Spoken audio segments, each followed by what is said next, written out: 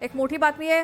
वाल्मिक कराड आणि बीडमधील पोलिसांची कथित ऑडिओ क्लिप व्हायरल झाली आहे। या ऑडिओ क्लिपमधला आवाज माझा नाही असं पोलिसांनी सांगितलंय।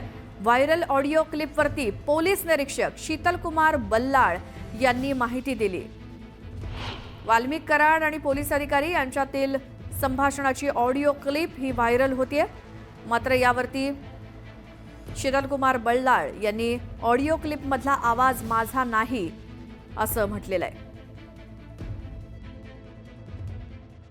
त्या संवादामध्ये बरंच काही बोललं गेलेलं आहे। काय प्रतिक्रिया असेल तुमची यावर पहिली? सनी आठवले हे आमचा अभिलेखावरील गुन्हेगार आहे। त्याचा भाऊ अक्षय आठवले हा सुद्धा अभिलेखावरील गुन्हेगार आहे आणि त्यांच्यावर अनेक गुन्हे दाखल आहे।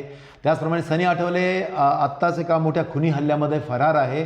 फरार असताना अशा ऑडिओ क्लिप तो टाकत आहे।